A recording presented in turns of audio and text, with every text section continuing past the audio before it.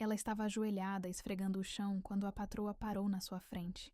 Olhou de cima a baixo e disse na frente de todo mundo: "Seu salário não paga nem minha manicure." As visitas riram. A patroa virou as costas satisfeita, certa de que aquela mulher de joelho no chão não passava do que parecia, mas o que a empregada carregava consigo, e revelou naquele mesmo dia, calou cada boca naquela sala e mudou tudo para sempre. O chão da mansão nos Jardins era de mármore travertino italiano, importado diretamente de Tivoli, numa cor que os arquitetos chamam de nogueira dourada, mas que na luz da tarde paulistana parecia simplesmente bege caro.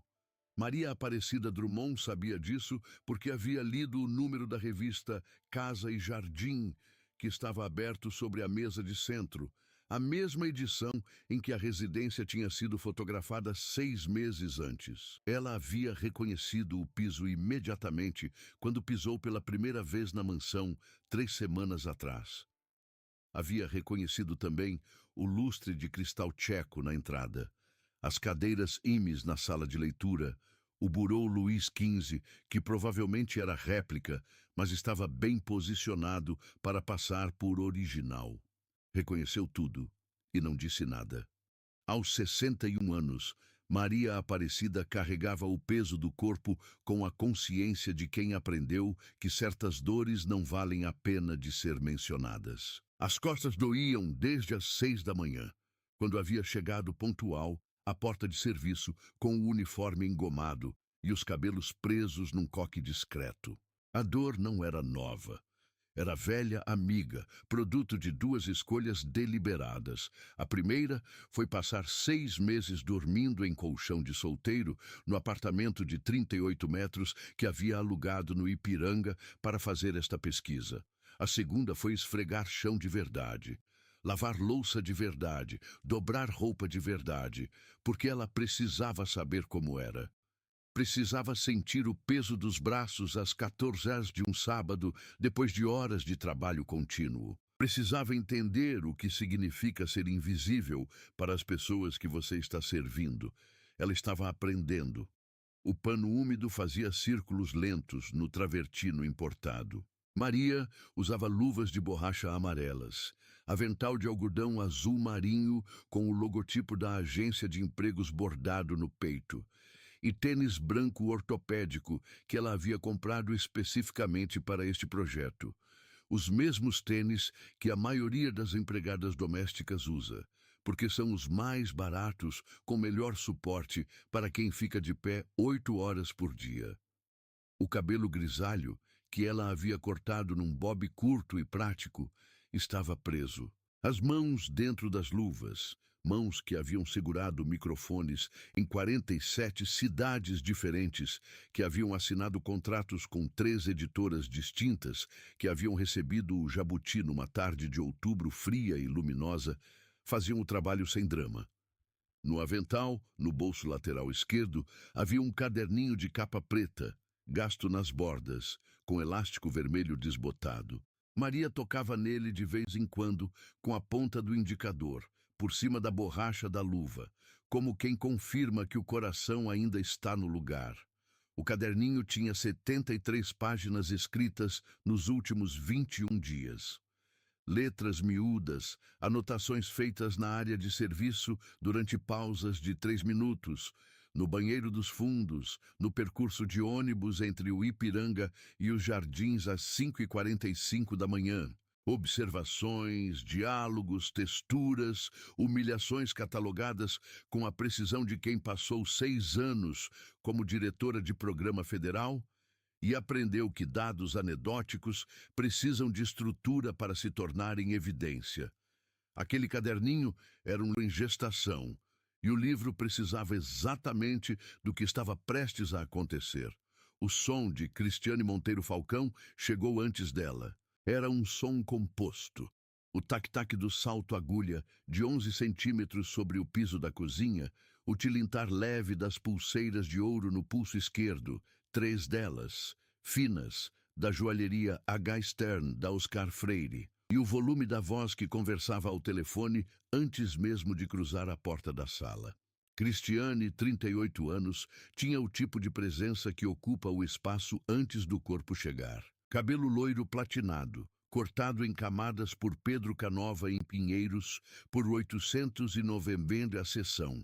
Pele esticada com o cuidado cirúrgico de quem faz manutenção trimestral. Corpo mantido com academia às terças e quintas, mais pilates às segundas. Usava vestido de linho off-white. Linho italiano, 180 fios.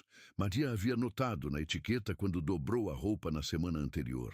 Sandálias Valentino originais e o colar de ouro com diamante que seu marido, Rodrigo Falcão, havia trazido de Milão numa viagem de negócios no ano passado. Rodrigo Falcão era dono de 3 incorporadoras no ABC Paulista e de uma participação em um fundo de private equity que ninguém da família explicava em detalhes nas conversas de mesa. Cristiane era filha de médico, formada em comunicação, que havia trabalhado 2 anos numa agência de eventos antes de se casar e descobrir que o trabalho de administrar uma casa desse tamanho era, como ela gostava de dizer para as amigas, uma carreira em si. O chá mensal das amigas era um desses projetos gerenciais. Acontecia às 15 horas de todos os sábados, ou quase todos. Havia sido cancelado em novembro passado porque Cristiane estava em Florianópolis e em março porque uma das amigas estava de luto. Era um ritual de 6 mulheres que se conheciam desde a faculdade ou desde os grupos de pais da escola internacional onde as filhas estudavam, e que se encontravam mensalmente numa casa diferente, sempre com mesa posta, flores frescas e alguma história nova para contar. A casa de Cristiane era a favorita do grupo, porque a cozinha era grande, o jardim tinha piscina e a anfitriã era, como diziam, sem ironia, a mais divertida de todas. Divertida, naquele contexto, tinha uma definição particular. Significava que Cristiane sempre tinha um comentário pronto sobre o vizinho cujo carro era modesto demais para o endereço, sobre a professora da escola que devia ganhar muito mal pelo penteado, sobre a nova assistente do marido que claramente veio de outra realidade porque não sabe nem segurar talher direito. Eram comentários entregues com sorriso, com a leveza de quem acha que crueldade embalada em bom humor deixa de ser crueldade. As amigas riam, algumas constrangidas, mas riam assim mesmo, porque o riso era mais fácil e o silêncio podia parecer julgamento. Naquele sábado de novembro, Cristiane entrou na sala às 14h57, 3 minutos antes das convidadas, com o celular ainda no ouvido, e passou direto pela sala sem olhar para Maria, que estava no canto esquerdo com o pano e o balde. Foi só quando voltou da cozinha, já com o grupo de 6 mulheres atrás dela, que parou. Olhou para baixo. Maria estava de joelhos, passando o pano no rodapé, de costas para o grupo. Cristiane sorriu. Era o sorriso de quem encontrou o que estava procurando. Gente, olha que poesia! A voz de Cristiane tinha aquela qualidade específica, projetada, clara, endereçada à plateia, não ao alvo, que as pessoas desenvolvem quando sabem que o que vão dizer vai arrancar riso e estão antecipando o prazer disso. Maria não virou. Continuou com o pano. Olhem para ela. Cristiane parou a 1,5 metros de Maria, de costas para as convidadas, como atriz que sabe onde está a câmera. Essa é minha nova empregada. Chegou há 3 semanas pela agência. Uma pausa calculada. Seu salário não paga nem minha manicure. As visitas riram. Não todas. Fernanda Queiroz, que havia chegado mais tarde que as demais e ficado na entrada retirando o casaco, não riu. Ficou parada com o casaco no braço e uma expressão que não era exatamente desconforto, mas era algo adjacente a ele, como quem reconhece o som de uma nota errada, mas não consegue nomear qual é. As outras 5 riram, umas mais, umas menos, e a de nome Patrícia, 36 anos, loira natural e com treços de riso fácil, ainda repetiu a frase em voz baixa para ao lado dela, como quem saboreia a piada uma segunda vez. Maria não ergueu a voz, Não tremeu o queixo. Passou o pano por mais 2 segundos com a mesma pressão, o mesmo ritmo. Depois se levantou devagar, com o cuidado de quem tem 61 anos e costas que protestam, mas também com a deliberação de quem não vai se levantar às pressas para ninguém. Tirou as luvas, enxugou as mãos no avental. Olhou para Cristiane com uma expressão que não era raiva nem humilhação. Era uma expressão que Cristiane, se soubesse identificar, reconheceria como a expressão de alguém que está coletando material. A senhora tem razão, disse Maria, com calma perturbadora. Eu nunca trabalhei pelo salário. Cristiane já havia virado as costas, não processou a frase. Estava na narrativa da anfitriã bem-sucedida, mostrando a sala reformada para as amigas. E a faxineira era cenário, não interlocutora. Maria pegou o balde e caminhou em direção à área de serviço sem pressa, com a postura reta de quem, em outro contexto, outro tempo, outra vida, entrou em auditório lotado e deixou 200 pessoas em silêncio absoluto apenas pela forma como atravessou o palco. Fernanda Queiroz ficou olhando para as costas de Maria até que ela desapareceu pela porta da copa. Havia algo naquelas costas, naquela postura, naquele andar. Fernanda ficou com o celular na mão e não foi por acidente. A mesa estava posta com o cuidado que Cristiane aplicava a esse tipo de evento.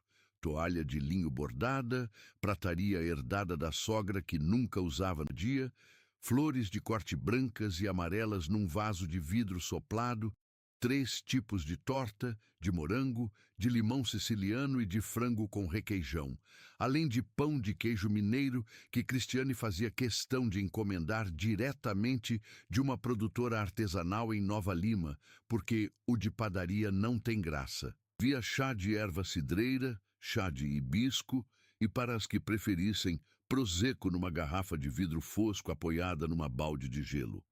Maria servia. Era esta a instrução da semana anterior. No sábado de chá, Maria deveria circular pela sala com as travessas, reabastecer as taças, garantir que os guardanapos estivessem sempre à mão e que os pratos sujos fossem retirados discretamente. Discretamente era a palavra favorita de Cristiane para qualquer ação que envolvesse o serviço doméstico. Discretamente significava, na prática, que Maria deveria fazer tudo sem que ninguém precisasse notar que ela estava fazendo. A invisibilidade era a meta. Maria havia aprendido nas 3 semanas ali que a invisibilidade não era só instrução de Cristiane. Era um consenso tácito do ambiente inteiro. A jardineira que aparecia às segundas, Rosária, 54 anos, cabelos tingidos de vermelho, que trabalhava naquela casa havia 7 anos, operava no mesmo regime. Aparecia, trabalhava, sumia e nunca era mencionada nas conversas de sala. O motorista, seu Valdir, 63 anos, que esperava Cristiane com o carro ligado às 9 da manhã, toda terça, havia dito a Maria na primeira semana, enquanto tomavam café na copa: a gente aprende a não existir. É mais fácil assim. Maria havia anotado no caderninho: a invisibilidade não é ausência, é protocolo. Agora ela circulava com a travessa de torta de limão e ouvia a conversa sem parecer ouvir. Era esta uma das competências que havia afinado nas últimas 3 semanas. A arte de estar presente e ausente ao mesmo tempo, de registrar sem demonstrar que está registrando. Em 6 anos dirigindo o Programa Nacional de Alfabetização, ela havia entrevistado mais de 400 trabalhadores domésticos pelo Brasil. Mas entrevistar era diferente de ser. Havia uma distância segura na entrevista. O caderninho, o gravador, a mesa e o entrevistado. Ali, de avental, com a travessa na mão, a distância havia desaparecido. Ela estava dentro. Eu mandei 3 currículos dela para o lixo, sabia? Cristiane falava para o grupo com o entusiasmo de anfitriã que encontrou novo material de entretenimento. Maria parou a 1,5 metros da mesa, segurando a travessa com as 2 mãos, esperando o momento certo para se aproximar e servir. Cristiane não a olhou. Ela insistiu tanto que a agência colocou ela na minha porta. Sabe como é, né, gente? A gente acaba dando oportunidade por pena. Patrícia assentiu com a cabeça, como quem reconhece a situação. Uma das outras mulheres, Carolina, 40 anos, cabelo escuro, professora de yoga, segundo o que Maria havia captado em conversas anteriores, perguntou educadamente, sem malícia visível: qual é o nome dela mesmo? Cristiane deu de ombros. Maria alguma coisa. Maria pousou a travessa na mesa com precisão absoluta, sem derramar uma migalha, sem fazer barulho. Olhou diretamente para Carolina, não para Cristiane, para Carolina, que havia feito a pergunta, e respondeu com voz clara e uniforme: Maria Aparecida Drummond, muito prazer. Houve um segundo, apenas um segundo, em que o tom da sala mudou. Não era o conteúdo da frase, era a qualidade da voz. A forma como ela havia dito muito prazer era a mesma forma que se usa quando você está sendo apresentada em evento cultural, quando você está recebendo convidados num lançamento de livro, quando você é a pessoa de maior autoridade na sala e sabe disso sem precisar anunciar. Carolina abriu levemente a boca. Fechou. Cristiane não notou. Já estava num outro assunto. E foi então que Fernanda Queiroz, que havia ficado quieta desde que chegou, levantou e saiu pela porta da varanda com o celular na mão. A tarde avançou, o prosecco circulou, a torta de morango desapareceu primeiro, como sempre. Patrícia contou uma história sobre a reforma do apartamento em Moema, que havia custado o dobro do previsto. Outra das amigas, Renata, 43 anos, cabelo curtíssimo e brincos grandes, falou sobre o filho que estava fazendo intercâmbio em Lisboa e adorava, mas sentia falta de pão de queijo. Cristiane falou sobre a viagem planejada para o Amalfi em março. A conversa tinha o ritmo de uma sala de estar bem aquecida num sábado de novembro, com tudo no lugar e nada em risco. Maria recolhia pratos. Ela havia desenvolvido, nas últimas semanas, uma atenção auditiva diferente para as conversas desta sala. Não era bisbilhotice, era pesquisa. Ela estava ouvindo estruturas de linguagem, catalogando formas de referência, mapeando como as pessoas falam sobre aquelas que as servem quando acham que ninguém que importa está ouvindo. Havia um padrão. Havia sempre um padrão. Cristiane, no terceiro cálice de prosecco, estava mais solta. Animada pela plateia, pelo vinho, pela tarde que ia bem, ela olhou para Maria, que recolhia os últimos pratos, e disse, não para Maria, para as amigas, mas em voz suficientemente alta para que Maria ouvisse com clareza, a frase que Maria havia, de certa forma, estado esperando. Sabe o que me fascina? Que tem gente que passa a vida toda assim, de joelho, e acha que isso é destino. Maria parou com os pratos na mão. Não virou de imediato. Ficou parada por 2 segundos, de costas para a sala, olhando para a porta da copa. Era um daqueles momentos que ela havia aprendido a reconhecer nos 6 anos de campo. O momento em que uma fonte diz, sem perceber, exatamente a frase que resume tudo o que você estava tentando escrever. Era o tipo de frase que vai para a epígrafe, que vai para o título, que vai para a dedicatória. Cristiane continuou. Não tenho nada contra. Cada um tem seu lugar, né? Ela pegou o caderninho que havia caído do avental de Maria durante o serviço. Maria não havia notado quando caiu, e o olhou como olharia para um guardanapo amassado. Achei isso no chão, e o atirou no lixo. Não abriu, não verificou. Atirou como se fosse descartável porque era descartável, porque pertencia a alguém descartável, porque tudo pertencente a alguém descartável é, por definição, lixo. Não precisa de caderno aqui, querida. Só precisa de força nos braços. Um silêncio diferente dos anteriores. Maria virou, olhou para o lixo, depois olhou para Cristiane com uma expressão que não era raiva. Maria havia aprendido a não gastar raiva com material de pesquisa, mas era algo mais fundo e mais frio. Era o olhar de alguém que está vendo um capítulo se escrever em tempo real. Aquele caderno tem anotações do meu último livro. A frase caiu no meio da sala como uma pedra num lago calmo. Não foi gritada. Foi dita com a mesma serenidade de todas as outras frases que Maria havia dito naquela tarde. Mas havia algo na construção, meu último livro, que não combinava com o avental azul marinho, com o tênis ortopédico branco, com a mulher que havia estado de joelhos no chão 2 minutos antes.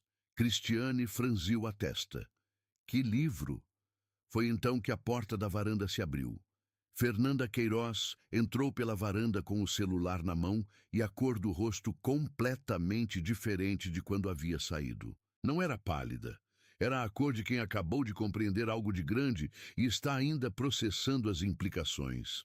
Havia na postura dela ombros eretos, passo decidido, expressão que misturava espanto com certeza, algo que fez todas as outras mulheres se calarem antes que ela dissesse uma palavra. Ela atravessou a sala, parou diante de Maria. Por 4 ou 5 segundos, ficou olhando para o rosto dela, para as rugas ao redor dos olhos, para o coque grisalho, para a forma como Maria a olhava de volta sem recuar, sem se desculpar, sem fazer nada além de existir, com a mesma serenidade imperturbável que havia demonstrado a tarde inteira. "Você é Maria Aparecida Drummond", disse Fernanda. Não era pergunta. A sala ficou absolutamente quieta. Cristiane: "Claro que é. Eu acabei de dizer que ela se chama..." "Não!" Fernanda não levantou a voz. "Você não entendeu." Colocou o celular sobre a mesa com a tela virada para cima. "Olha." Cristiane olhou. A tela mostrava a Wikipédia. A Wikipédia em português, com o layout branco e azul característico, e no topo da página, em negrito, um nome: Maria Aparecida Drummond. Abaixo do nome, uma fotografia. Uma mulher mais jovem, 15, 16 anos mais jovem, em pé num palco, de blusa preta e calça de alfaiataria, recebendo um troféu dourado das mãos de um homem de terno. O cabelo da foto era mais escuro, o rosto mais liso, os ombros mais largos de quem não carregava ainda o peso dos anos que viriam depois. Mas era inconfundível. Era a mesma mulher, com o avental azul marinho, em pé a 1,5 metros da mesa. Cristiane leu a tela. Leu de novo. As mãos de Renata, que havia falado do filho em Lisboa, pegaram o próprio celular e começaram a digitar. Patrícia baixou a taça. Carolina, a professora de yoga, levou a mão à boca. A página da Wikipédia dizia: Maria Aparecida Drummond, Presidente Prudente 1963, é escritora, pesquisadora e educadora brasileira, autora de 11 livros publicados, 3 adaptados para a televisão. Doutora em Letras pela Universidade de São Paulo, com tese sobre oralidade e narrativa popular. Diretora do Programa Nacional de Alfabetização de Adultos no Ministério da Cultura entre 2015 e 2021. Vencedora do Prêmio Jabuti de Literatura em 2018, categoria Ficção, e 2020, categoria Não Ficção. Em 2021, afastou-se voluntariamente da vida pública para cuidar da mãe com diagnóstico de Alzheimer avançado. Em entrevista à Folha de São Paulo em 2023, declarou que desejava reaprender o Brasil a partir do chão. Fernanda disse em voz baixa, mas perfeitamente audível: "Eu assisti a uma palestra sua na FAUSP há 10 anos, sobre narrativa e território. Nunca esqueci. O silêncio que se seguiu tinha textura, era feito de horror, de vergonha, de aquela qualidade específica do constrangimento público que não tem saída lateral, que precisa ser atravessado de frente ou não será atravessado nunca." Cristiane estava parada, as mãos no colarinho do vestido off-white, os olhos na tela do celular, os olhos na mulher de avental, os olhos de volta na tela. O que a maioria das pessoas teria feito naquele momento era uma das seguintes coisas: ou explodir, deixar os meses de contenção se romperem numa fala longa, contundente, nomeando cada crueldade em sequência, exigindo desculpas, ocupando o espaço que haviam tentado negar, ou chorar, porque chorar seria compreensível, seria humano, seria a resposta emocional que o momento parecia exigir. Seria também, se formos honestos, a resposta mais espetacular, a que mais as faria sentir, a que mais Cristiane veria. Maria Aparecida. Drummond não fez nem uma coisa nem outra. Ela foi até o lixo. Pegou o caderninho de capa preta com elástico vermelho. Sacudiu levemente. Não havia nada no lixo que o manchasse. Estava limpo. Ela havia esvaziado o lixo cedo antes das visitas chegarem. Colocou o caderninho de volta no bolso do avental. Tirou o avental. Dobrou cuidadosamente. Era o avental da agência, pertencia à agência. Ela devolveria na segunda-feira. Colocou sobre a cadeira mais próxima. Depois foi à área de serviço, pegou sua bolsa, uma sacola de lona azul marinho, a mesma que havia trazido todos os dias durante 3 semanas, e voltou para a sala. O grupo inteiro havia ficado exatamente onde estava.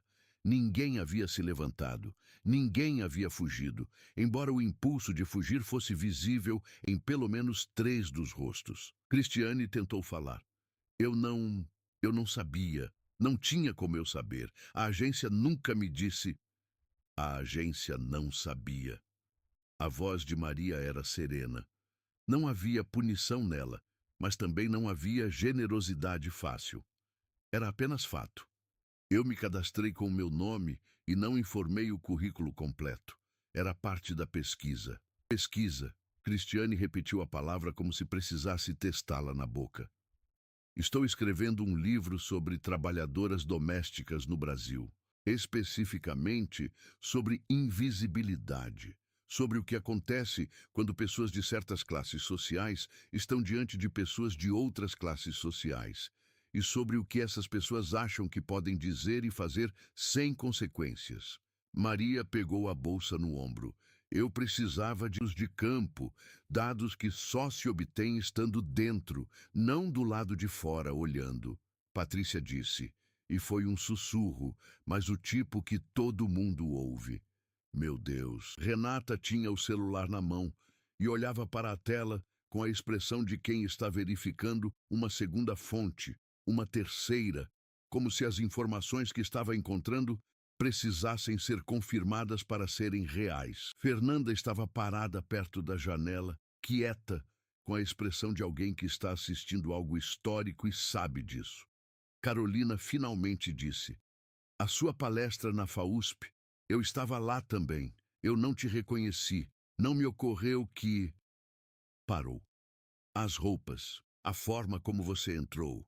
Eu devia ter... Não tinha como reconhecer. Maria disse isso sem ironia. Era esse o ponto. Foi nesse momento que se ouviu a porta da entrada. Rodrigo Falcão havia chegado mais cedo do que o habitual. Problema no campo de golfe, chuva que fechou antes do previsto. E entrou com o blazer no braço e a expressão de quem esperava encontrar a casa no ritmo normal de um sábado de chá das amigas da esposa, que ele aprendera a conviver com o distanciamento educado de quem respeita o território feminino da tarde. Parou na entrada da sala. Olhou para as 6 mulheres paradas em posições que não faziam sentido para um chá. 2 de pé, uma com a mão na boca. Sua esposa com aquela expressão que ele reconhecia do dia em que ela havia quebrado acidentalmente o vaso da sogra, multiplicada por 10. Olhou para a mulher com a sacola de lona. Olhou para o avental dobrado na cadeira. O que aconteceu? Ninguém respondeu de imediato. Cristiane abriu a boca. Fechou. Abriu de novo. Foi um... A voz saiu pequena, sem estrutura. Eu não sabia quem ela era. Eu disse algumas coisas que eu... Rodrigo. Maria virou-se para ele com a mesma naturalidade com que, em outros contextos, havia se virado para plateias de 200 pessoas. Meu nome é Maria Aparecida Drummond. Trabalhei aqui por 3 semanas, como parte de uma pesquisa etnográfica para um livro sobre trabalhadoras domésticas. Agradeço o espaço.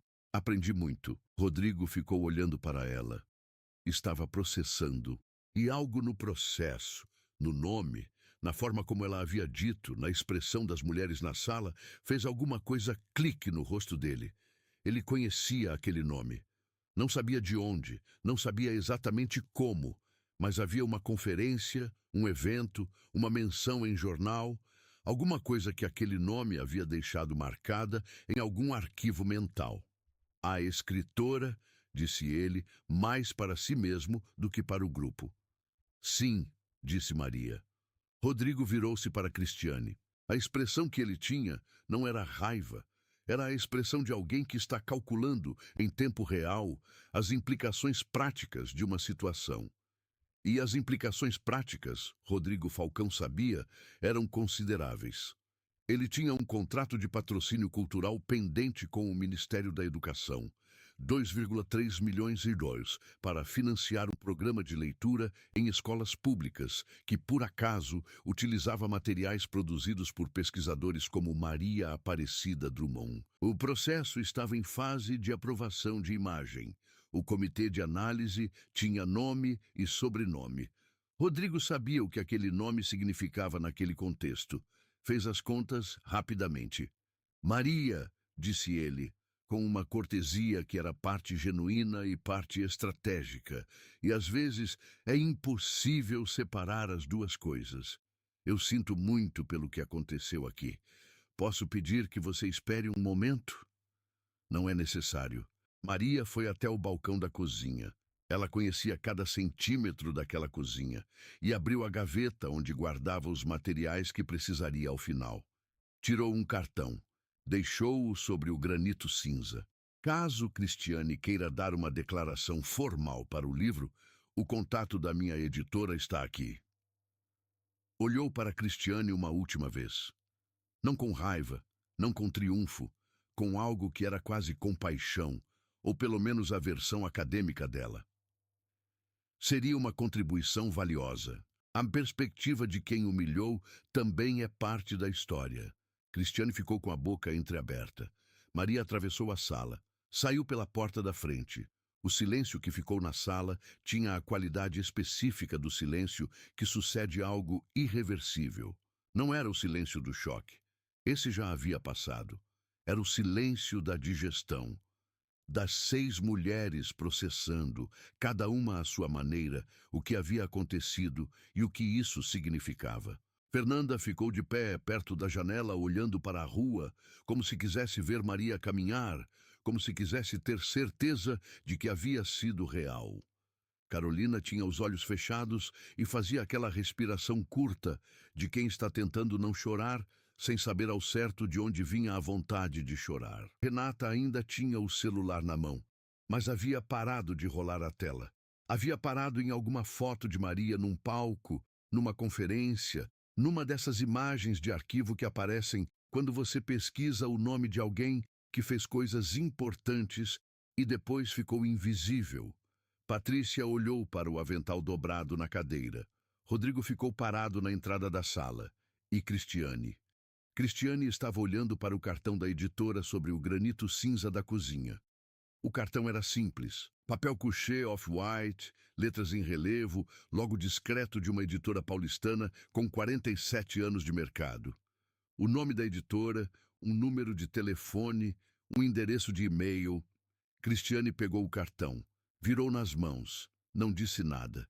Rodrigo foi até ela devagar, com a expressão de quem precisa ter uma conversa que não vai ser fácil, mas precisa ser tida. Falou em voz baixa, quase sussurro, mas não tanto que os outros não ouviriam se prestassem atenção, e todos ali estavam prestando. Você sabe que eu tenho aquele contrato com o Ministério? Cristiane fechou os olhos.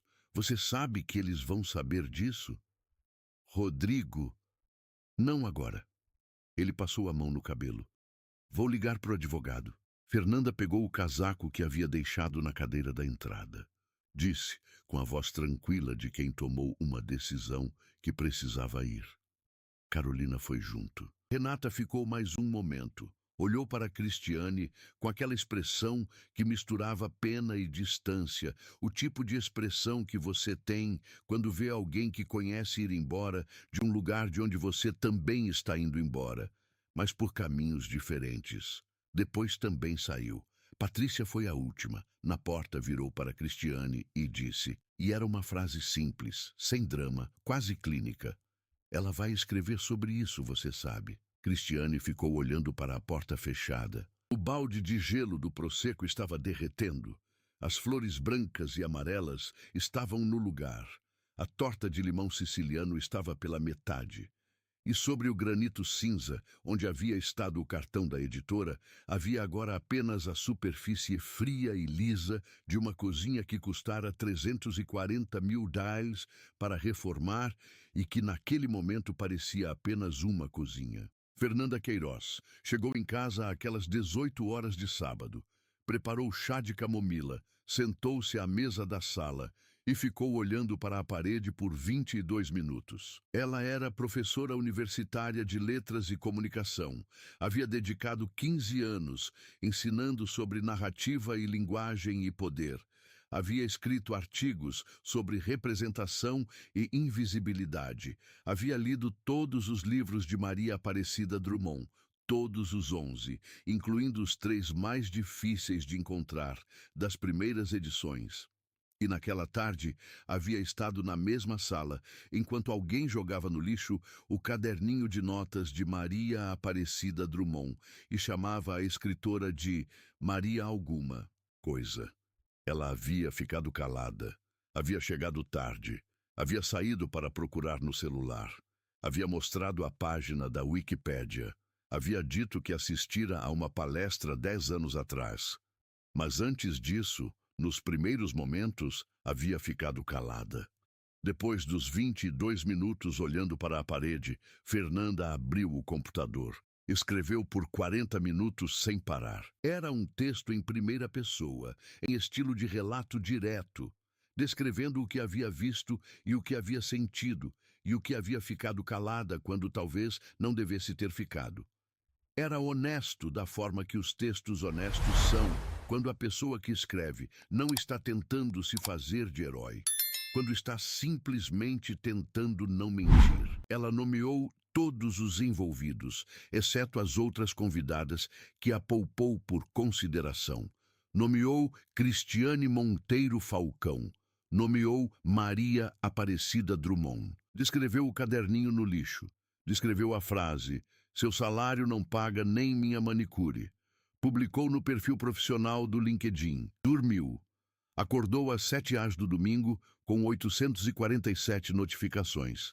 Às 48 horas da publicação, o texto havia sido compartilhado 41.200 vezes. Havia sido citado no portal UOL, no G1, na Folha Online, na coluna de cultura da Istoé, no Twitter, no Instagram, no TikTok, por pelo menos 14 contas diferentes que fizeram o resumo em vídeo vertical de 60 segundos com legenda em caixa alta. Havia sido traduzido informalmente para o inglês e o espanhol por leitores anônimos. Havia chegado ao grupo de WhatsApp dos pais da escola internacional onde a filha de Cristiane estudava, enviado por um pai que havia visto no LinkedIn de uma colega de trabalho. Cristiane deletou todas as redes sociais dentro de 48 horas. Mas as capturas de tela já circulavam. Na segunda-feira seguinte, Rodrigo Falcão estava no escritório às 8 horas da manhã, quando seu advogado ligou com a notícia que ele já esperava. O Comitê de Análise do Ministério da Educação havia suspendido o processo de aprovação do contrato de patrocínio para a reavaliação de imagem do patrocinador.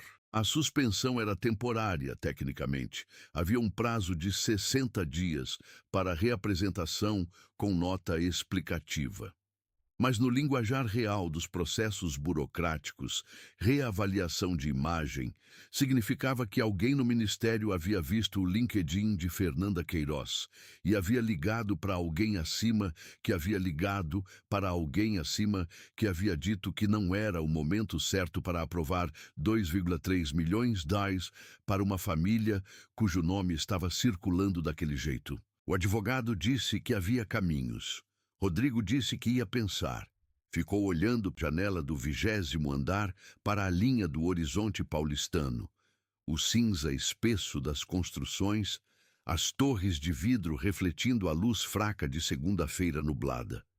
e pensou em coisas que não disse para o advogado. Pensou que havia chegado em casa naquele sábado com o blazer no braço e havia encontrado a sala congelada e havia olhado para a mulher com a sacola de lona e o avental dobrado na cadeira e havia reconhecido o nome um segundo antes de ser tarde demais para que o reconhecimento fizesse diferença. Pensou que havia uma versão daquele sábado em que ele chegava meia hora antes e parava aquilo antes de chegar ao ponto do caderninho no lixo. Havia outra versão em que a agenda de Cristiane havia incluído, em algum momento das 3 semanas anteriores, a menor curiosidade sobre quem era a mulher que acordava às 5 da manhã para esfregar o mármore travertino importado de Tivoli. Não havia. E agora havia um contrato suspenso e um nome circulando no LinkedIn, e um advogado esperando instrução. Rodrigo ligou para o advogado e deu a instrução. Nenhuma declaração pública, nenhum processo, nenhum comentário. Silêncio total. Era a única estratégia que ainda fazia sentido. Naquela mesma segunda-feira, Maria Aparecida Drummond acordou às 6 da manhã no apartamento de 38 metros no Ipiranga. O mesmo colchão de solteiro, o mesmo cheiro de umidade das paredes antigas, a mesma luz fraca entrando pela única janela da sala. Preparou café simples e sentou-se à mesa com o caderninho de capa preta aberto. Ficou lendo as anotações das 3 semanas, 73 páginas de letras miúdas. Via uma entrada de cada dia de trabalho, hora de chegada, humor do ambiente, conversas fragmentadas, gestos notados, silêncios catalogados. Via a frase que seu Valdir havia dito na primeira semana: "A gente aprende a não existir", destacada com 2 traços vermelhos. Havia a observação sobre o linho italiano de 180 fios e o que significa reconhecer a qualidade de um tecido que você está dobrando, mas nunca poderia comprar. Via a lista das humilhações da primeira semana, ordenadas não por gravidade, mas por frequência. O não cumprimento de bom dia 6 vezes, a referência em terceira pessoa enquanto a terceira pessoa estava presente 4 vezes, a instrução dada de costas sem verificar se havia sido ouvida 11 vezes. E havia as anotações do sábado. As anotações do sábado ocupavam 7 páginas. Maria leu tudo. Depois fechou o caderninho, colocou-o sobre a mesa ao lado do café e ficou olhando para a parede. Não estava se sentindo vitoriosa. Estava se sentindo exausta, da forma específica que a pesquisa de campo produz. O tipo de exaustão que não é cansaço físico, mas acúmulo de realidade humana absorvida em doses concentradas. Havia visto muita coisa nas 3 semanas. Havia visto o que acontece quando alguém é reduzido à categoria de função. Quando a pergunta "qual é o nome dela?" é respondida com encolher de ombros por quem deveria saber de cor. Havia visto como o invisível sustenta o visível, sem que o visível precise sequer reconhecer que está sendo sustentado. E havia visto uma coisa a mais, aquela que a premiação e os contratos e as conferências não te mostram. Havia visto o que custa para as Rosárias e os Valdires e as Marias que não têm livros a escrever. Para quem a invisibilidade não é pesquisa de campo de 6 meses com fim programado, mas a estrutura permanente da vida. Aquela exaustão era o livro. Pegou o telefone e ligou para sua editora. "Tenho o livro", disse quando atenderam. "Preciso de prazo para entrega em 4 meses e preciso conversar sobre o título." O verão paulistano passou em velocidade diferente para pessoas diferentes. Para Cristiane Monteiro Falcão, que havia deixado de existir nas redes sociais e havia declinado todos os convites para o chá mensal das amigas, que continuou acontecendo nas casas das outras, sem ela. O verão foi lento e pesado. A filha adolescente havia lido os artigos antes de a mãe conseguir fechar as abas do computador. Rodrigo havia tido aquela conversa sobre o contrato e havia tido outras conversas depois sobre outras coisas. Conversas em voz baixa após o jantar com a filha já no quarto. Conversas que Cristiane sabia que eram necessárias, mas que drenavam algo dela cada vez que aconteciam. Em fevereiro, ela havia começado terapia. Não porque alguém insistiu, ninguém insistiu, mas porque havia chegado numa manhã de segunda-feira em que não conseguiu se levantar da cama sem antes ficar 20 minutos olhando para o teto. E havia reconhecido naquilo um sinal que não podia mais ignorar. A terapeuta era uma mulher de 52 anos, com consultório em Pinheiros, que usava óculos grandes e não entregava respostas fáceis. Para Fernanda Queiroz, o verão foi movimentado. Havia recebido pedidos de entrevista de 8 veículos diferentes. Havia aceitado 2, a Piauí e um podcast sobre cultura. Havia recusado os demais. Havia trocado e-mails com Maria Aparecida Drummond 3 vezes. E-mails curtos, funcionais, sobre coisas práticas. Fernanda havia indicado Maria para uma banca de tese em março. Maria havia mandado o agradecimento adequado.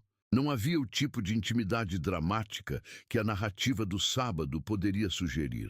Havia apenas o começo sutil de um respeito mútuo que poderia se tornar amizade ao longo do tempo, se ambas quisessem. Para Maria Aparecida Drummond, o verão foi o livro.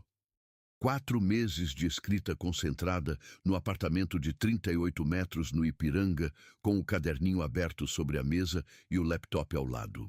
Ela acordava às 6, escrevia até o meio-dia, almoçava qualquer coisa, voltava para a escrita até às 5, saía para caminhar por 1 hora nas ruas do bairro. Havia desenvolvido durante os meses da pesquisa o hábito de caminhar em que as empregadas domésticas estavam indo ou voltando do trabalho. E havia continuado este hábito depois, porque as conversas que surgiam nessas caminhadas continuavam alimentando as páginas. Voltava, escrevia mais 1 hora, jantava, dormia. Era uma vida simples. Ela havia esquecido como era ter uma vida simples. Os 11 livros anteriores haviam sido escritos em meio a agendas de conferências, viagens institucionais, reuniões de ministério, solicitações de imprensa, demandas de gestão. O 12º estava sendo escrito com silêncio. Era um livro diferente. Ela sabia disso a cada página. O Chão que Vocês Não Veem foi lançado numa quinta-feira de outubro, na livraria Cultura do Conjunto Nacional, com 340 pessoas presentes. A maior audiência de um lançamento da editora em 5 anos. A sala estava lotada 50 minutos antes do início e havia fila do lado de fora. As câmeras da Globo News chegaram às 7 da tarde.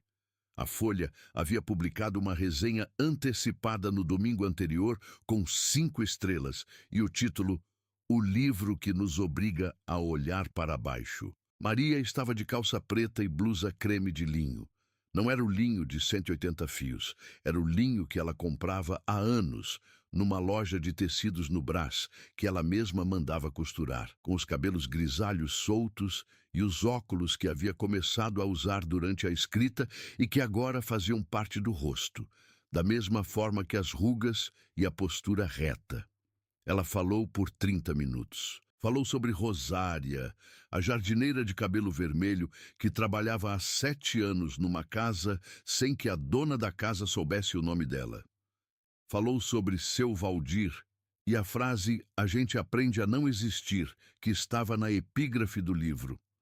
Falou sobre as 43 trabalhadoras domésticas que havia entrevistado formalmente ao longo de 2 anos e sobre as conversas informais de calçada e ônibus e fila de banco que não cabiam em gravadores, mas cabiam em memória e em caderninho de capa preta. Não mencionou Cristiane pelo nome.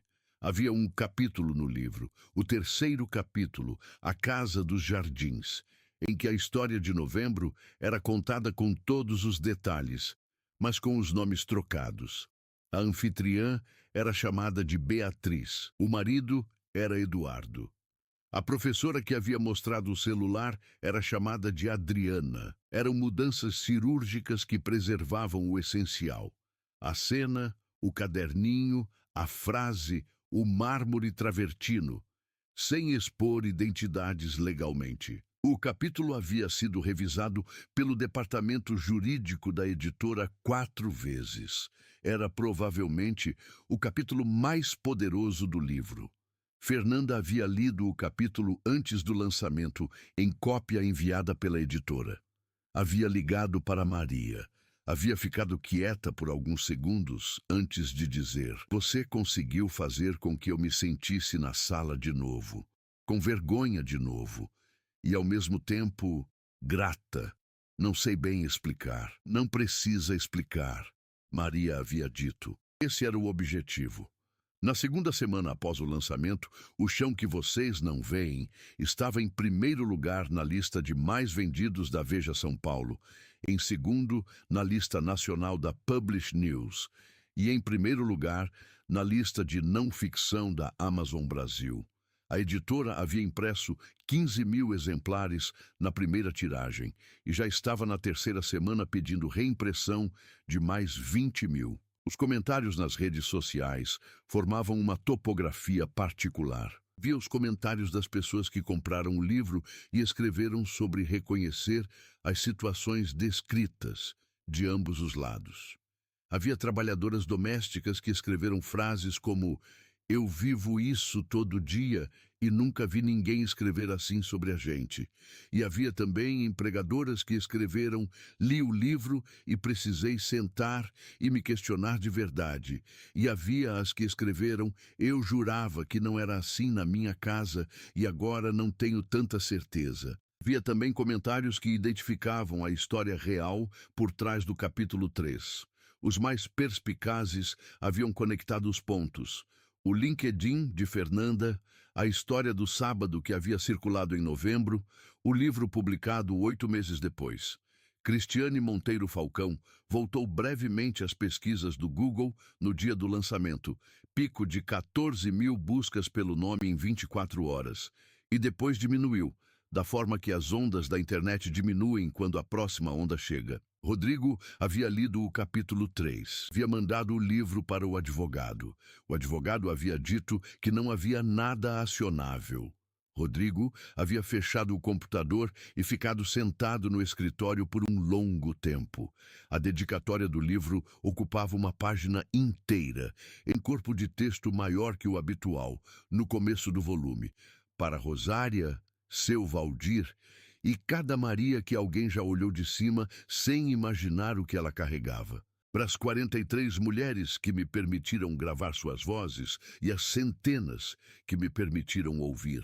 Para minha mãe, Conceição Drummond, que me ensinou que dignidade não é o que você tem, mas o que você escolhe carregar. E para quem ainda está aprendendo, que o chão não humilha quem não sabe se abaixar. Em março do ano seguinte ao lançamento, Maria Aparecida Drummond usou parte da verba do Jabuti.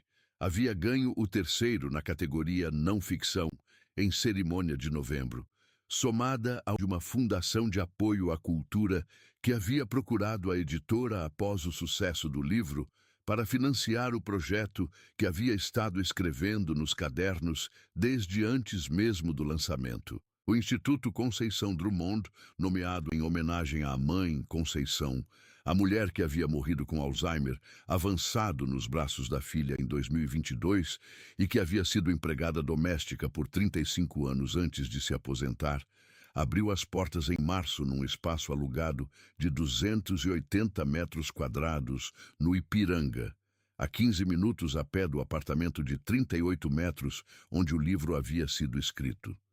O espaço não era bonito no sentido arquitetônico do palavra. Tinha paredes pintadas de amarelo creme, mesas longas de madeira, cadeiras de escola empilhadas, um quadro branco, uma pequena cozinha coletiva e, na entrada, uma frase pintada diretamente na parede em letras de 30 centímetros. Você existe.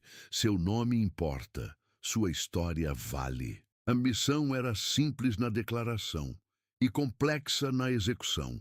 Oferecer formação gratuita, letramento digital, português escrito, direitos trabalhistas, finanças pessoais, primeiros socorros e um módulo opcional de escrita de memórias que Maria conduzia ela mesma às quintas-feiras, para trabalhadoras domésticas da Zona Sul e Leste de São Paulo. A primeira turma tinha 34 mulheres. A mais jovem tinha 22 anos. Brenda, de Belém do Pará, que havia chegado a São Paulo aos 18 para trabalhar na casa de uma tia e que agora, 4 anos depois, queria fazer o Enem e entrar na faculdade, mas precisava primeiro terminar o ensino médio que havia interrompido. Brenda tinha voz baixa e ria fácil, e havia sido a primeira a chegar no dia da matrícula, às 7h45 de uma manhã de março, quando o instituto ainda abria às 8 horas. A mais velha tinha 67 anos. Dona Amélia, do interior da Bahia, que havia se mudado para São Paulo quando tinha 30 para criar os filhos depois que o marido morreu, que havia trabalhado em 14 casas diferentes ao longo dos 37 anos seguintes, que sabia fazer comida para 50 pessoas e não sabia usar o celular além de ligar e receber. Dona Amélia havia chegado ao instituto porque a neta havia lido sobre ele numa reportagem e havia dito: "Vó, vai lá, você merece." Havia também Sônia, 45 anos, que havia trabalhado 20 anos na mesma casa e havia sido demitida por WhatsApp quando a família resolveu se mudar para Portugal sem aviso adequado, deixando-a sem a multa rescisória a que tinha direito porque nunca havia tido carteira assinada e agora precisava entender como recuperar aqueles direitos retroativos. Via Vera, 38 anos, que queria aprender a usar planilha para controlar o próprio dinheiro, porque havia descoberto aos 37 que nunca havia sabido exatamente quanto entrava e quanto saía, e que aquela ignorância havia custado a ela, ao longo de 15 anos, mais do que ela conseguia calcular. E havia tantas outras. Nas quintas-feiras do módulo de escrita, Maria sentava em círculo com as mulheres que optavam por participar, geralmente entre 12 e 18, de turmas diferentes que se misturavam naquele espaço, e pedia apenas uma coisa: escreva uma história que só você pode contar. As histórias que surgiam faziam Maria sentar em silêncio por longos minutos antes de falar. Eram histórias de filhos criados, enquanto os filhos de outra pessoa eram criados. Eram histórias de natais passados longe porque a família empregadora precisava tanto. Eram histórias de doenças escondidas porque faltar ao trabalho significava ser substituída. Eram histórias de nomes trocados. Aqui em casa você vai se chamar Lourdes, tá bom? De aniversários não mencionados, de funerais aos quais não se chegou a tempo porque a hora de sair não foi dada. E eram histórias de alegria também, de crianças crescidas que voltavam anos depois para dizer obrigado, de amigas feitas na copa de casas diferentes que duravam décadas, de economias construídas centavo a centavo que haviam virado quarto próprio, virado passagem para visitar a mãe, virado faculdade do filho. O Brasil a partir do chão. Numa terça-feira de maio, 6 semanas após a abertura do instituto, Maria estava na cozinha coletiva preparando o café quando Brenda veio avisá-la que havia uma senhora na entrada querendo falar com ela. Maria foi até a porta. A mulher de pé no corredor tinha 38 anos.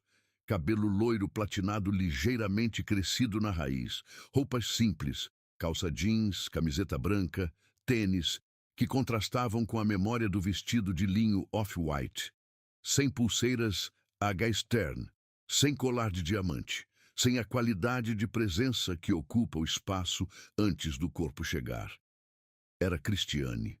As duas ficaram se olhando por um momento. Cristiane falou primeiro. Eu sei que você não tem razão nenhuma para me receber. Havia algo na voz que não era a voz do sábado dos jardins. Era mais baixa, mais sem suporte. Eu vi o instituto na reportagem. Li o capítulo 3 do livro. Pausa. Eu sabia que era eu, mesmo com os nomes trocados. Sabia que era eu. Maria ficou quieta. Eu comecei terapia em fevereiro. Cristiane olhou para as mãos. A terapeuta me fez uma pergunta que eu não consigo sair da cabeça desde então. Ela perguntou: quem você precisava ser para fazer aquilo? Uma respiração. Eu não sabia responder. Ainda estou tentando responder. Silêncio. Eu não vim pedir perdão, disse Cristiane. Eu acho que você não me deve isso, e eu acho que se eu viesse pedindo perdão seria mais sobre mim do que sobre você. Ela levantou os olhos. Vim porque eu quero entender. Vim porque eu li o livro 3 vezes, e cada vez que leio, fico com a sensação de que eu vivi dentro de uma bolha que eu não via como bolha. Vim porque, não sei, porque eu precisava chegar até aqui com o meu próprio corpo e ver o que estava do lado de fora da minha bolha. Maria olhou para o corredor, para o espaço amarelo creme com as mesas compridas e as cadeiras de escola, onde Sônia estava fazendo exercício de planilha com Vera ao fundo e Dona Amélia estava sentada com óculos grossos, tentando escrever o segundo parágrafo da história que havia começado na semana anterior. Entre, disse Maria. Cristiane ficou 2 horas no instituto naquela manhã. Não falou muito. Ficou sentada num canto observando com o café que Brenda havia trazido, sem que ela pedisse, e assistiu a Dona Amélia ler em voz alta o parágrafo que havia escrito. A história do Natal de 2008, quando o patrão havia dito que ela podia tirar folga no dia 26, e ela havia ficado sentada na plataforma da rodoviária de Tietê por 4 horas, esperando o ônibus para a Feira de Santana, porque o patrão havia esquecido de combinar com o motorista que a levaria.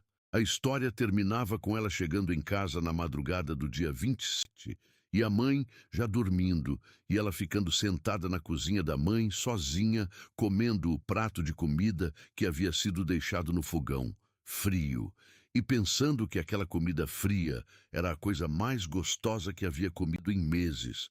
Dona Amélia terminou de ler com a voz firme, dobrou o papel, colocou na bolsa. O grupo aplaudiu. Cristiane estava com os olhos vermelhos quando saiu. A porta disse para Maria: "Posso voltar?" Maria ficou um momento. "Não como visitante", disse. "Se quiser voltar, vem como voluntária. Tem aula de informática básica às quartas que está sem monitor. Você sabe usar computador?" Cristiane olhou levemente surpresa. "Sim, então venha na quarta, às 14 horas. Cristiane veio. E voltou na quarta seguinte, e na seguinte. Às sextas-feiras, às vezes, ficava ajudando na organização do arquivo de matrículas, que estava uma bagunça, porque o sistema de planilhas havia sido montado por uma voluntária que havia saído em março e ninguém havia terminado de migrar os dados. Cristiane tinha paciência para a planilha e tinha paciência para sentar ao lado de Vera e explicar a diferença entre fórmula de soma e fórmula de média 3 vezes seguidas, com a mesma disposição na terceira vez que na primeira. Não falavam sobre o sábado dos jardins. Havia entre elas não exatamente amizade. Era cedo demais para isso, e havia uma distância que talvez nunca fechasse completamente, mas havia algo que funcionava. Um respeito funcional.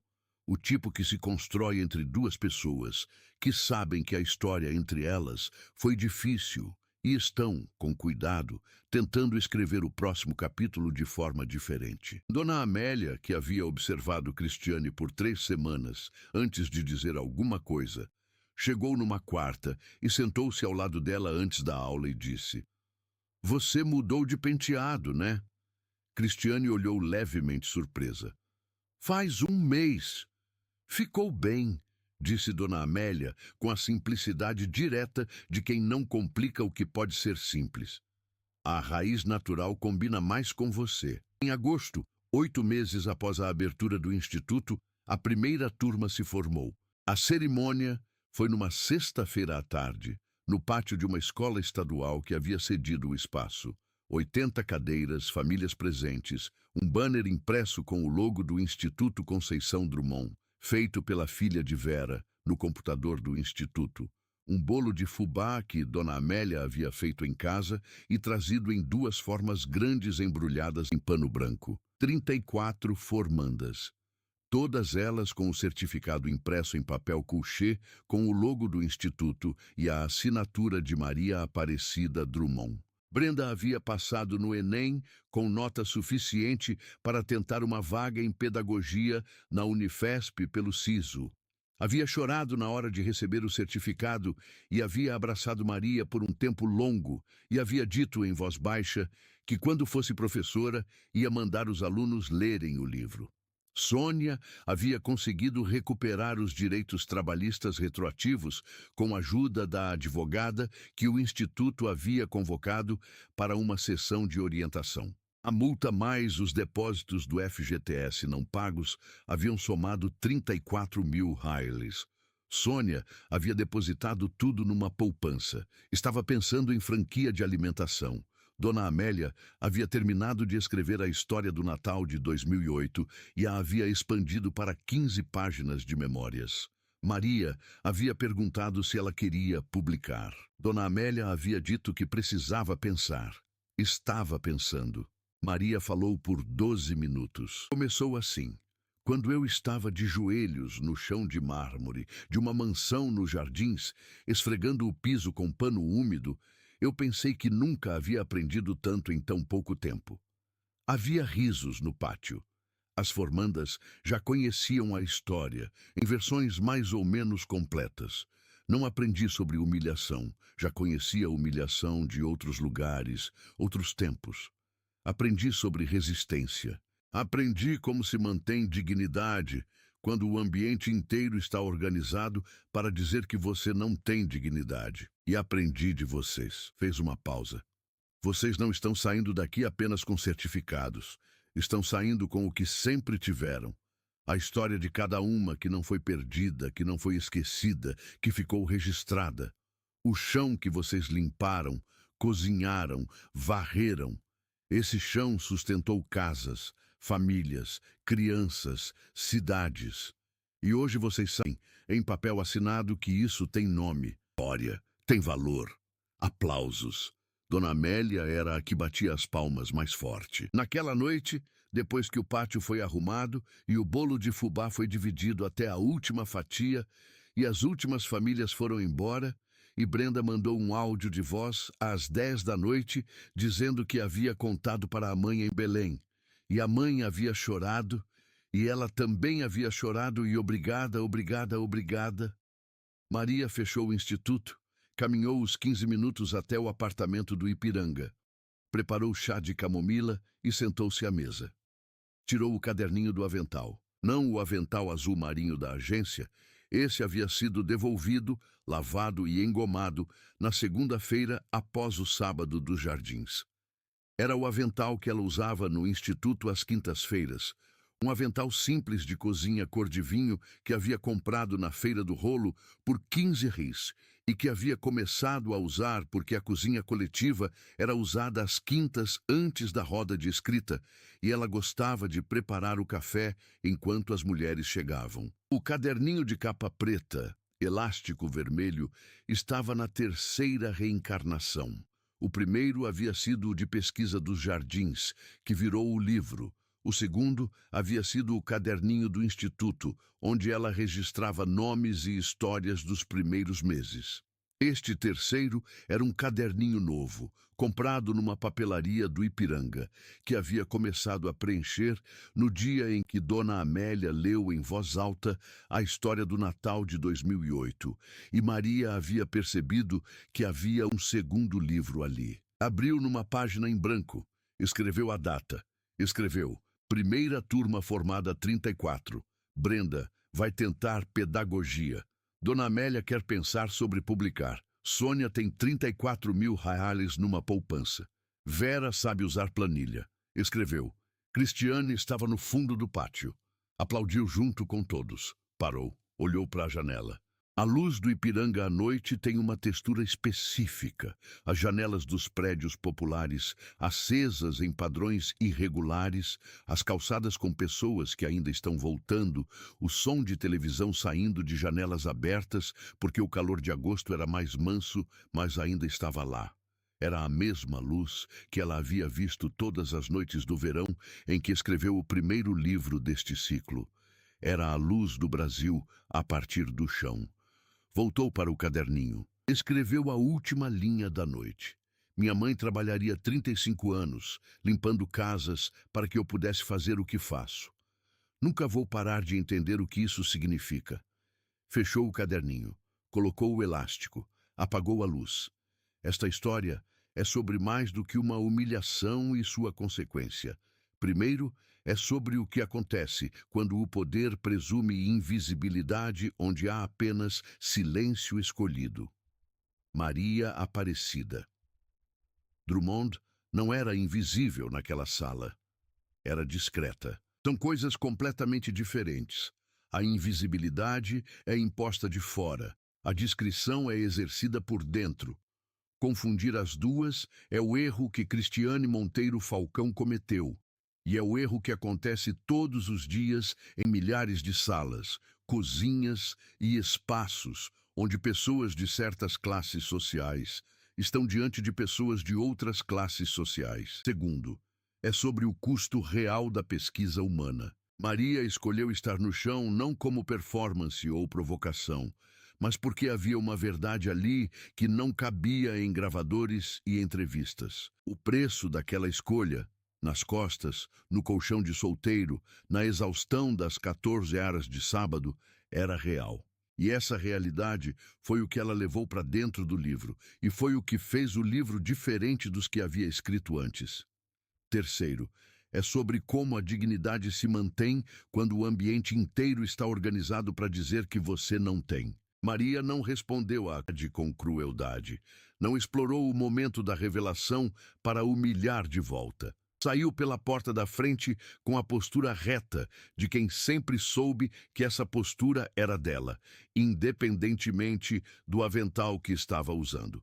Quarto, é sobre Cristiane, que é a parte da história que as narrativas de reversão de poder frequentemente omitem porque é mais complicada e menos satisfatória. Cristiane não era monstro.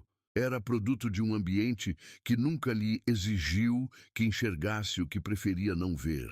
A terapia não a transformou em outra pessoa, mas a colocou muito lentamente em contato com a pergunta que a terapeuta havia feito: quem você precisava ser para fazer aquilo?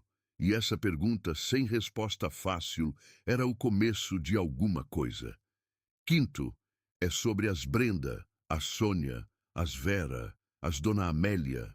É sobre o que acontece quando alguém decide que o sistema que as invisibilizou precisa ser enfrentado não com raiva, mas com recursos, com planilhas ensinadas, com direitos explicados, com histórias escritas e lidas em voz alta diante de pessoas que ouvem.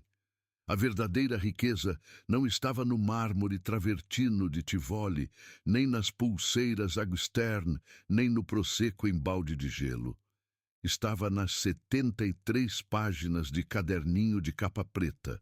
Estava na história do Natal de 2008, que Dona Amélia escreveu em 15 páginas, e ainda estava pensando se queria publicar. Estava na poupança de 34 mil reais de Sônia. Estava na nota do Enem de Brenda. E Maria Aparecida Drummond, aos 62 anos, um ano havia passado desde o sábado dos Jardins, de calça escura e blusa de linho do Brás e óculos de aros redondos, com o caderninho no avental cor de vinho e o cheiro de café da cozinha coletiva nos cabelos grisalhos, era a prova mais viva de que o chão não humilha quem não sabe se abaixar, desde que você escolha se levantar. Sempre. Nota da pesquisa. Os dados do Instituto Conceição Drummond, ao final do primeiro ano de operação, incluíam 127 mulheres atendidas, 3 turmas completas, 890 mil reais em direitos trabalhistas recuperados com apoio jurídico voluntário e uma lista de espera de 64 novas matrículas para o ano seguinte. O segundo livro de Maria sobre o tema estava em fase de pesquisa. O nome provisório, escrito no primeiro caderninho da nova fase, era As Histórias que o Chão Guarda.